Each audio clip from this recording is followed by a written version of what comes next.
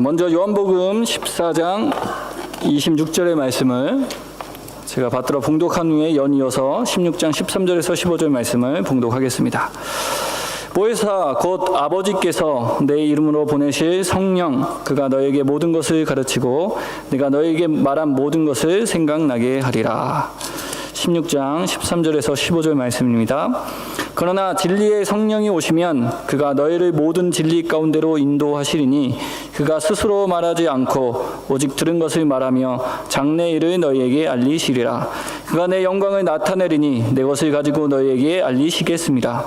무릇 아버지께 있는 것은 다 내 것이라. 그러므로 내가 말하기를 그가 내 것을 가지고 너희에게 알리시리라 하였노라. 아멘. 오늘은 성령 하나님의 역사라는 제목으로 하나님의 말씀 함께 나누고자 합니다. 우리는 삼위일체 하나님을 믿습니다. 성부 되신 하나님 아버지를 믿고요. 또 성자 되신 예수 그리스도를 믿습니다. 또한 영이신 또 성령 하나님을 믿습니다. 근데 생각해 보면 장로교 안에서는 하나님과 예수님에 대해서는 많은 이야기를 하지만 상대적으로 성령 하나님에 대해서는 좀 적게 이야기하는 것 같아 보입니다. 저도 설교를 준비해 보면서 생각해 보니 성령 하나님에 대해서는 거의 이야기를 하지 않았더라고요. 성도 여러분, 왜 이러한 경향이 우리 안에 발견되는 것일까요? 똑같은 하나님이시지만 성령 하나님에 대해서는 왜 이렇게 상대적으로 적게 이야기되고 있는 것일까요? 역사적으로 볼 때 19세기부터 20세기에 이르기까지 전 세계에 걸쳐서 성령 운동이 일어나게 되었습니다. 놀라운 성령의 역사가 곳곳에서 일어나게 되었고 이로 인하여 매우 역동적인 선교가 발생하였습니다. 그러나 안타깝게도 이 놀라운 하나님의 섭리가 담긴 사건과 현상이 긍정적인 방향으로만 나아가지는 않았습니다. 성령 운동에 대하여 잘못 이해한 사람들이 생겨나게 되었고 또한 이런 이해를 가진 사람들을 인도하는 성령 집회가 생겨나게 되었습니다. 제가 신학교를 다니던 시절에 2000년대 후반에 성령 집회에 대한 이야기가 좀 굉장히 갑작스럽게 많이 들렸었던 때가 있습니다. 제가 있었을 때 한국에서는 예언과 환상과 직통 계시가 유행이었던 적이 있습니다. 제가 담당하던 부서의 어떤 선생님도 예언을 해준다는 집회에 자주 가서 좀 문제가 된 적도 있었습니다. 예언을 한다는 집회에 가게 되면 대부분 이런 예언을 들려준다고 합니다. 하나님이 우리 성도님의 삶 속에서 함께 하시는데요. 지금 앞에 7가지 빛이 보입니다. 사랑하는 아들아, 사랑하는 딸아, 내 하나님 여호와가 너를 축복하고 축복하노라. 내 사업이 번창할 것이다. 혹은 지금 예수님의 모습이 보이는데요. 우리 성도님과 부둥켜 안고 눈물을 흘리시는 모습이 보입니다. 우리 형제님에게는 지금 답답한 문제가 있는데요. 하나님은 결코 외면하지 않으시고 우리 형제님의 삶을 인도해 주실 것입니다. 계속 꾸준하게 인내하며 기도를 쉬지 말라고 하시는데요. 우리 형제님이 인내하면 그 열매들이 열릴 것입니다. 지금 수많은 포도나무가 보이는데요. 우리 형제님이 지금 물질의 축복을 간구하는 모습이 보입니다. 이제 우리 형제님뿐만 아니라 형제님의 가족도 물질의 궁핍함이 없을 것입니다. 듣기 되게 좋으시죠?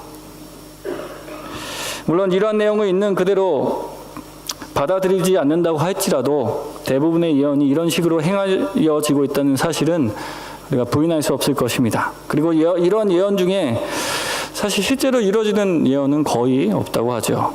아르헨티나에도 이러한 집회를 한다는 소식을 종종 듣게 됩니다. 치유가 일어나고 있다는 집회, 예언을 해주는 집회, 환상을 보고 그것을 해석해 준다는 집회, 앞으로 달러가 어떻게 될지 내가 얘기해 주겠다 오라고 하는 집회. 사실 많이 간다는 것이죠.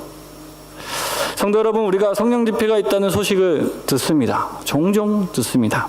그리고 그 집회를 이야기하면서 이와 같은 현상만 이야기한다면 우리는 성령 하나님의 역사심에 대해서 오해할 수밖에 없습니다. 어떤 오해일까요?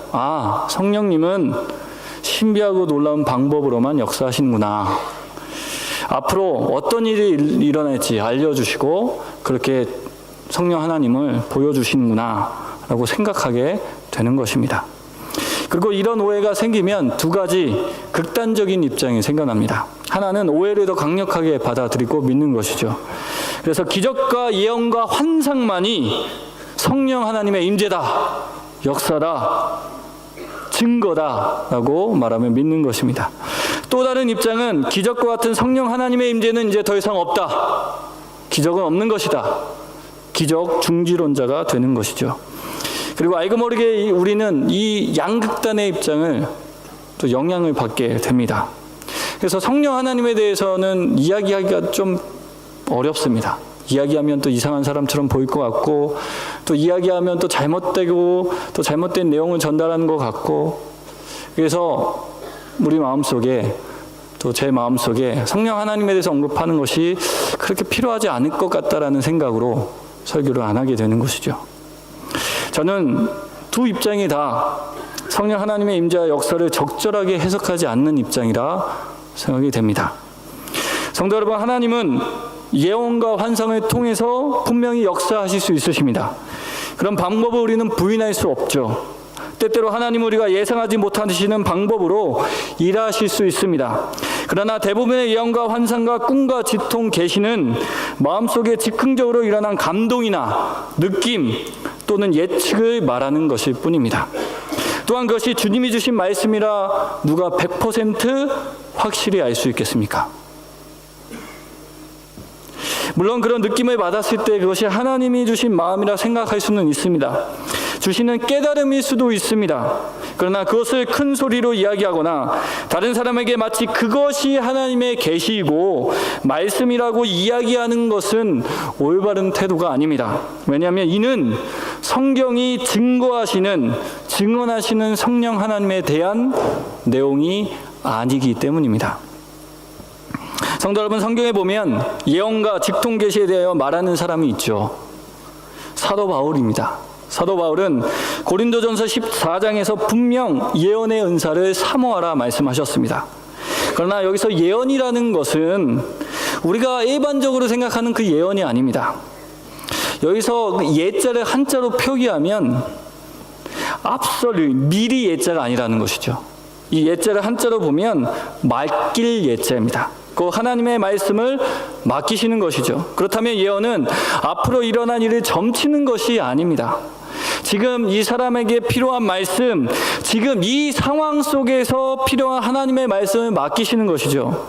그러니까 여기서 핵심 포인트는, 중요한 것은 예언은 먼 후에 일어날 일에 대해서 이야기하는 것이 아닙니다. 바로 오늘, 현재 우리에게 주신 말씀이라는 것이죠.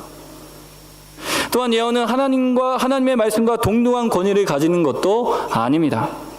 그것은 오류가 있는 인간의 말씀입니다. 그래서 사도 바울은 고린도전서 14장 29절에 한 사람의 말만 듣지 말고 두세 사람이 예언하게 하고 다른 이들은 그 말을 분별하라고 했습니다. 또한 더 나아가 만약 그 예언을 해석할 자가 없으면 절대로 다른 이에게 하나님이 이렇게 말씀하셨어 라고 말해서는 안 된다 말씀하셨습니다. 오히려 그때에는 해석하는 자가 없으면 오히려 교회 안에서 잠잠하라 권면하셨습니다. 더 나아가 사도 바울은 건강한 예언의 기능에 대해서도 말씀해 주셨습니다. 그것은 교회를 위로하고 덕을 쌓는 것이죠. 또한 숨은 죄를 드러나게 하여 주셔서 함께 거룩하게 지는 것이 성령 하나님의 인도하심입니다. 이것은 구약의 예언자가 하나님께 받아 전한 말씀과 동일합니다. 그래서 예언서인 거죠. 하지만 이건 역시 철저한 검증과 해석 속에서 평화롭게 진행되어야 한다, 사도 바울은 강조하셨습니다. 왜냐하면 하나님은 질서의 하나님이시기 때문입니다. 성도 여러분, 생각해 보십시오. 누구나 다 하나님의 예언을 받고 환상을 받았다고 이야기한다면, 그래서 내가 맞다고 이야기한다면 교회는 어떻게 될까요? 시기와 질투와 비교가 만연하게 될 것입니다. 결국 분열하게 되는 것이죠. 또한 더 나아가 서로 고립되게 되는 것입니다. 성도 여러분, 그렇다면 왜 고린도 교회에 예언의 은사가 있었던 것일까요? 왜 사도 바울은 예언의 은사를 사모하라 말씀하셨던 것일까요? 박영동 교수는 자신의 책 이그러진 성령의 얼굴에서 이렇게 진단합니다. 사도 바울이 예언의 은사를 사모하라 했던 것은 아마도 우리가 지금 가지고 있는 신약 성경 전체가 보급되지 않는 상황에서 그 말씀의 공백을 잠정적으로 메우는 역할을 하기 위함이었을 것입니다. 정리하면 예언은 덕을 세우며 권면하며 위로하기 위함입니다. 이 일을 하기 위하여 성경 말씀보다 더 적합한 것이 어디에 있겠습니까? 우리에게 허락하신 성경 말씀은 성도를 세우고 위로하고 주의 계명으로 권면한 은혜로운 말씀으로 가득 차 있습니다. 그러나 초대교회 당시에는 바울이 고린도 교회를 세웠을 때에는 아직 이 성경이 없었기 때문에 하나님께서 예언을 통하여 당시 어려움에 처했던 교회를 위로하시고 바로 세우신 것입니다. 잠정적이라는 것이죠. 그러므로 성도 여러분, 예언과 환상과 직통 계시를 성경의 말씀보다 더 신뢰하거나 믿어서는 안 됩니다. 물론 예언이 있을 수 있습니다. 그럴 가능성에 대해서 아예 없다 말할 수는 없습니다. 하나님은 하나님의 주권 속에서 하나님의 역사를 이루어 가시는 분이시기 때문입니다. 긴급하고 아주 특수한 상황 속에서 하나님은 분명 그렇게 역사하실 수 있으십니다. 그러나 이미 하나님의 말씀이 뚜렷하게 증거되고 있는 상황에서, 또한 성경 말씀을 통해서 하나님의 뜻이 분명하게 전달될 수 있는 상황에서, 말씀을 통하여 성도를 온전한 사람으로 세울 수 있는 상황에서 하나님은 그렇게 역사하지 않으십니다. 왜냐하면 이것이 오히려 우리를 더 혼란스럽게 만들고 교회에 덕을 세우는 것이 아니라 교회에 악영향을 미칠 수 있기 때문입니다. 또한 하나님은 점쟁이처럼 무엇을 하면 돈을 번다던가, 무엇을 하면 문제가 해결되고 강성해진다던가, 무엇을 하면 재앙을 피할 수 있다는 식의 예언을 주시지 않으십니다. 왜 그럴까요? 그것이 하나님이 우리에게 주시고자 했던 것이 아니기 때문입니다. 하나님 우리에게 가장 필요한 것이 무엇인지 아시기 때문이죠. 그러나 우리가 이런 일들이 들릴 때마다 성령 집회 갔더니 예언이 있고 환상이 있고 치유가 일어나고 놀라운 일이 일어나더라, 그마다 관심을 가지게 됩니다. 왜 그럴까요? 성령 하나님에 대하여 은사를 주시고 기적을 행하시는 분으로만 이해하고 있기 때문입니다. 또한 자꾸 그런 이야기가 들리니까 성령 하나님은 그런 분이시구나 라고 우리의 생각이 굳어지는 것이죠. 그러나 성령 하나님은 은사와 기적적인 것만을 통해서만 역사하지 않으십니다. 그러므로 우리에게 필요한 것은 성령 하나님에 대한 온전한 이해입니다. 그렇다면 성도 여러분, 성령 하나님의 역사에 대해서 성경은, 하나님은 어떻게 증거하고 계실까요? 성령에 대해서 많은 연구를 한 박영동 교수가 있습니다. 조직 신학자로 성령에 대해서 많은 연구를 하고 많은 책을 낸 분이신데요. 아까도 언급했지만 이그러진 성령의 얼굴이라는 책에서 그는 성경에 증거된 성령 하나님의 역사에 대해서, 사역에 대해서 이렇게 표현합니다. 성령은 얼굴 없는 인격이시며 가장 두드러진 특성은 거룩한 수줍음입니다. 좀 이상하죠? 성령 하나님이 수줍어하신다고 하십니다. 근데 여기서 말하는 수줍음은 자신감 없는 모습을 의미하지 않습니다. 또한 지나치게 자기 자신에 대하여 의식할 때 나타나는 모습도 아닙니다. 여기서 거룩한 수줍음의 의미는 자신을 잊어버리고 상대에게 모든 관심을 쏟는 사랑의 특성입니다. 근데 성경을 보시면 성령 하나님의 모습이 나오게 되는데 마치 이와 같은 모습으로 역사하시는 것을 우리는 보게 됩니다. 왜냐하면 성령 하나님은 자기 자신을 드러내지 않으시고 온전히 예수님만 드러내는 수줍음을 가지고 계시기 때문입니다. 이것이 오늘 본문 13절 14절에 나타납니다. 말씀을 보시면 예수님은 성령님이 앞으로 오셔서 할 일에 대해서 제자들에게 구체적으로 말씀하십니다. 말씀하시면서 성령 하나님은 스스로 이야기를 만들어내지 않으신다 하셨습니다. 오직 들으신 것만 말씀하십니다. 곧 예수님께서 하신 말씀이 이해가 되어지게 하시고 믿어지게 하여 주셔서 그 말씀으로 예수님을 더 잘 알아가게 하십니다. 그런데 13절에서 우리로 하여금 오해하게 되는 것 중 하나가 성령 하나님께서 장래의 이야기를 말씀하신다는 것입니다. 성도 여러분, 여기서 장래의 이야기란 앞으로 개인에게 일어난 일을 점쟁이처럼 말씀해 주신다는 것을 뜻하지 않습니다. 또한 종말이 언제 일어날지 그것도 말씀해 주신 것도 아닙니다. 여기서 장래의 일이란 우리가 예수님을 믿음으로 말미암아 얻게 될 영화에 대한 것입니다. 예수님께서 우리를 위하여 성취하시게 될 바로 그 일을 말씀하는 것이지 1년 후에 무슨 일이 있고 10년 후에 무슨 일이 있을 것이다, 앞으로 교회에 무슨 일이 있을 것이다, 이 내용이 아니라는 것이죠. 또한 14절에 보시면 이렇게 말씀하십니다. 그가 내 영광을 나타내리니 내 것을 가지고 너에게 알리시겠습니다. 쉬운 번역으로 보시면 그분께서, 그래서 그분은 성령 하나님 되십니다. 그 성령님께서 나를 영화롭게 하실 것이다. 나에게서 받아 너희에게 알려줄 것이기 때문이다. 놀랍게도 예수님께서 성령 하나님께서 하신 일을 말씀하시면서 성령 하나님은 스스로를 감추시고 예수 그리스도만을 높이실 것을 이야기하셨습니다. 그 성령 하나님은 예수님의 말씀만을 전하실 뿐만 아니라 예수 그리스도만이 드러내게 하신다는 것이죠. 이것이 요한복음 14장 26절 우리가 먼저 읽은 말씀에도 그대로 나타납니다. 그렇습니다. 성령님은 내가 성령이다. 자, 기적 봤지? 내가 성령이야. 라고 자기를 드러내시는 분이 아니라 예수님만을 드러내시며 성도로 하여금 예수님께 더 가까이 갈 수 있도록 역사하시는 분이시라는 것이죠. 성도 여러분, 이것이 삼위일체 하나님이 가진 인격적인 특징이기도 합니다. 성령 하나님은 오늘 말씀처럼 성자 하나님 되신 예수 그리스도를 높이십니다. 영화롭게 하십니다. 또한 성자 하나님은 아버지께 모든 영광을 돌리시죠. 성부 하나님은 궁극적으로 모든 영광을 받으시지만 아들 예수 그리스도를 영화롭게 하시면서 만민을 다스릴 권세를 아들에게 주십니다. 이렇게 삼위 하나님은 스스로를 드러내는 것이 아니라 서로를 영화롭게 하시고 서로에게 인격적인 관계 안에서 순종하시고 역사하시면서 영광을 돌리신다는 사실이죠. 그러므로 성령 하나님은 예수 그리스도를 드러내지 않는 일에는 역사하지 않으십니다. 예수님의 말씀하신 것과 다른 사건, 다른 내용과 해석이 난무하는 곳에는 성령 하나님이 개입하지 않습니다. 오직 예수님을 드러내는 것에 집중하시기 때문입니다.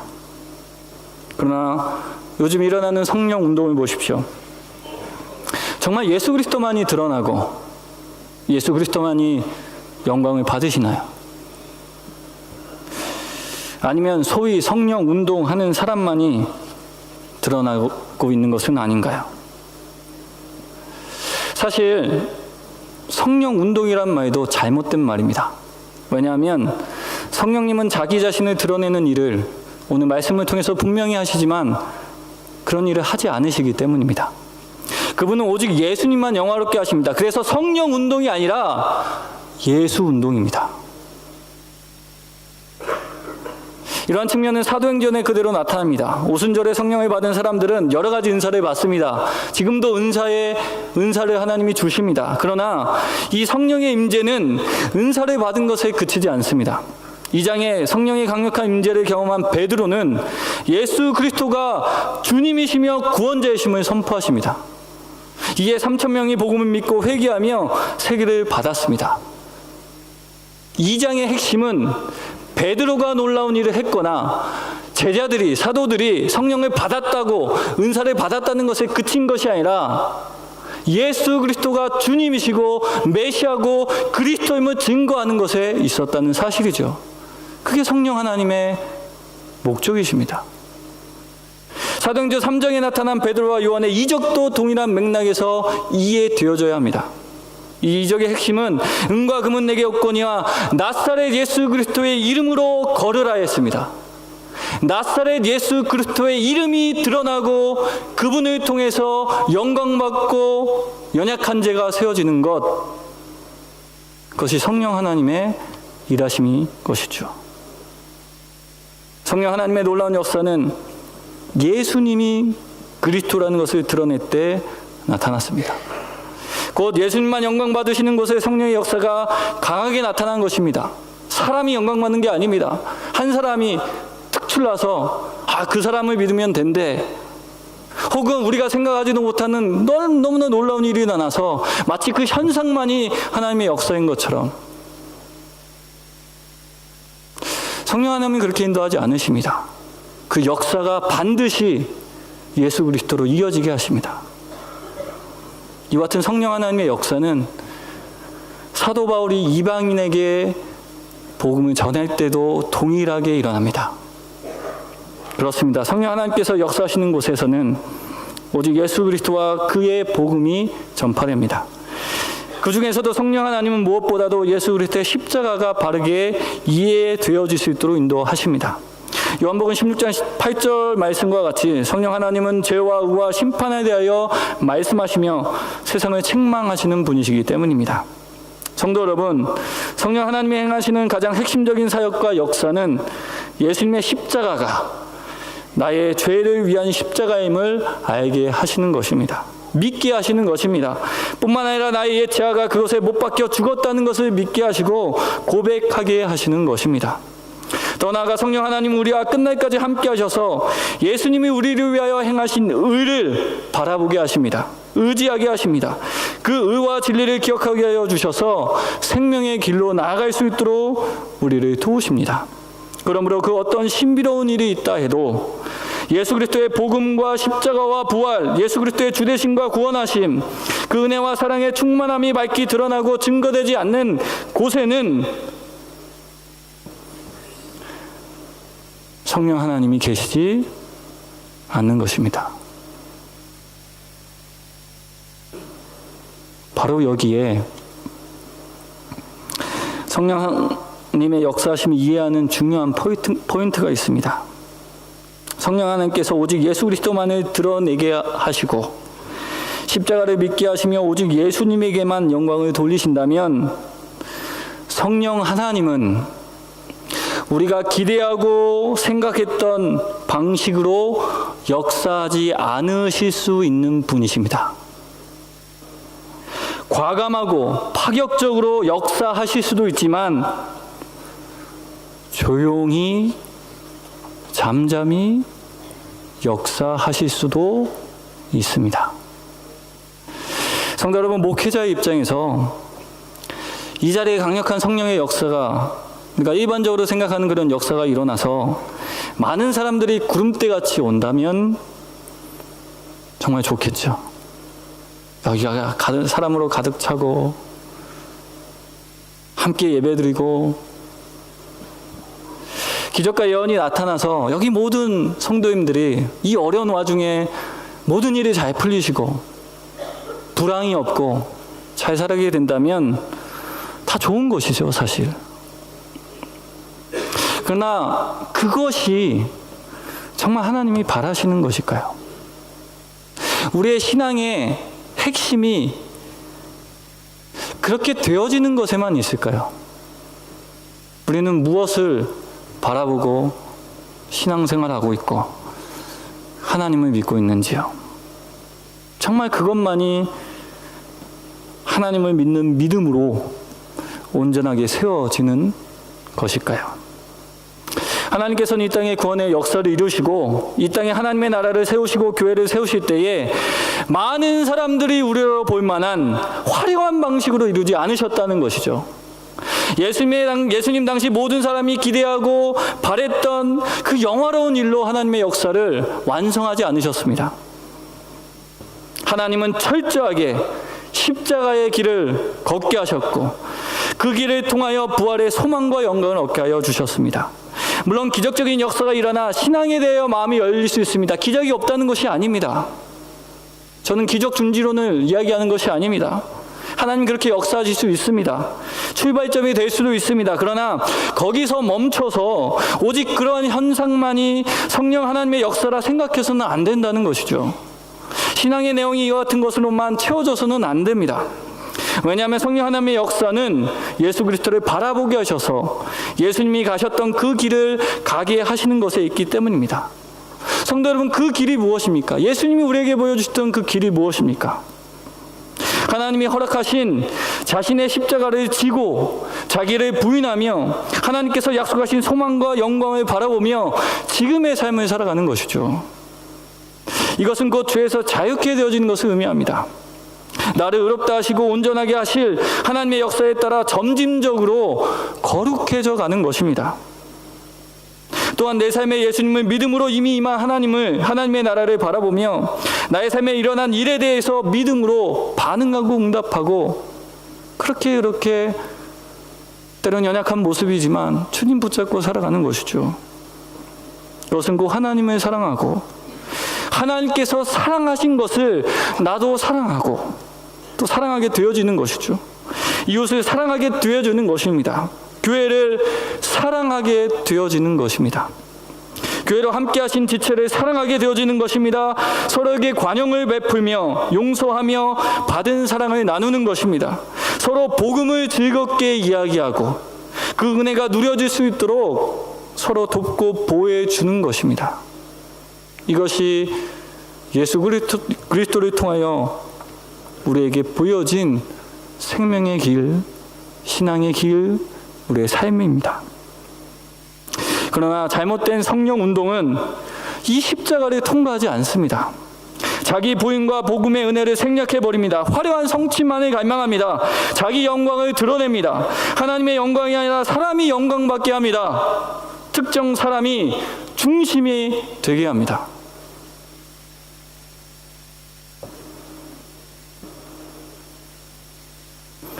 기독교는 그런 신앙을 추구하지도 않습니다. 그런 신앙을 철저히 배격합니다. 성도 여러분, 초자연적인 현상, 직통 계시와 환상을 보고 예언하며 입신하는 것이 정말로 하나님이 원하시는 참 회개와 사랑의 반응을 이끌어낼 수 있을까요? 정말 성경에 나타난 그 하나님과 인격적인 관계를 맺으며 나의 삶에 임한 하나님의 나라의 복음을 누리며 살아갈 수 있게 할까요? 정말로 교회를 교회답게 만들고 정말 인격적인 관계, 성도의 교제와 거룩한 공교회로 만들어 갈까요? 성도 여러분, 기적과 예언이 때때로 문제가 되는 것은 하나님이 인간의 욕심을 채워주는 도구의 역할을 하는 것에만 있는 것이 아닙니다. 이것이 문제가 되죠. 하나님을 도구 삼는 것이 문제가 됩니다. 그러나 진짜 문제가 되는 것은 치우쳐진 과도한 집착이 십자가에 대한 초점, 예수 그리스도에 대한 초점을 흐리게 한다는 것에 있습니다. 이게 가장 큰 문제입니다. 우리의 신앙이 예수 그리스도를 향하지 않습니다. 복음에 있지 않습니다. 잘 되는 것, 이적에 있습니다. 그럼 기독교가 아닙니다. 그거는 하나님이 말씀하신 신앙의 길이 아닙니다. 그렇게 된다면 기독교는 성공과 번영, 단기간에 화려한 성취를 이뤄내야만 하나님의 역사로 받아들이는 세속적 종교가 될 뿐입니다. 신기하게도 매우 초월적인 것을 갈망하면서 매우 세속적인 종교가 됩니다. 아주 모순적인 종교가 되는 것이죠. 그러나 오늘 말씀을 통해서 알 수 있는 것은 성령 하나님은 우리가 생각하는 것보다는 다르게, 느리게, 조용하게, 심지어 연약하게 역사하실 수 있습니다. 그 주된 목적이 자신을 드러내는 것이 아니라 예수 그리스도를 알게 하시고 십자가를 바라보고 믿고 그 길을 통과하게 하시는 것에 있기 때문입니다. 그래서 정말 답답할 때가 있습니다. 하나님 왜 좀 강력하게 역사해 주지 않으십니까? 우리로 하여금 좀 더 열정을 갖고 소위 말하는 뒤집어져서 하나님 신앙생활 할 수 있도록 왜 그 사인을 보여주지 않으십니까? 성도 여러분, 기적은 사인이죠. 성경에 나온 기적의 표지판은, 그 사인은 십자가와 부활입니다. 기적 자체가 있는 것이 아닙니다. 하나님이 보여주시고자 했던 가장 궁극적인 기적은 십자가요 부활입니다. 그것을 우리가 믿고 그 십자가를 지고 부활의 소망으로, 때로는 어렵지만 때로는 하나님 역사해 주지 않는 것 같은데 라는 느낌도 있지만, 그 인격적인 하나님이 그럼에도 불구하고 예수 그리스도를 의지하게 하시고 사랑으로 견디게 하여 주시고, 그 사랑 때문에 인내하고 사랑하게 한다면 그것만큼 강력한 성령의 역사는 없습니다. 성도 여러분, 기적적이고 초자연적인 일이 일어나지 않더라도 그것은 성령 하나님의 역사가 없다는 것을 증명하지 못합니다. 비록 더디지만, 매우 더디지만 복음이 선포되고 예수 그리스도가 증거되고 자기를 부인하게 되고 거룩하고 흠이 없는 자로 세워지고 있다면 성령 하나님은 여전히 역사하시는 것입니다. 또한 매일의 삶 가운데 기적적인 일이 아니라 여전히 갈등하는 문제들과 상황들을 만나게 되지만, 그 일로 주님을 바라보게 하시고 하나님을 사랑하는 것과 하나님이 사랑하는 것을 사랑하게 되어진다면, 그래서 성도가 점진적으로 서로 교통하고 용서하고 사랑하며 관용을 베풀고 있다면 성령 하나님의 역사는 강력하게 진행되고 있는 것입니다. 모쪼록 성경에 증거된 성령 하나님을 바라보며 그 역사하심을 기억하며 예수 그리스도를 바라보며 거룩한 삶을 살아가고 함께 교회로 세워지는 우리 모두가 되길 주님의 이름으로 강복하며 이 말씀을 전해드렸습니다.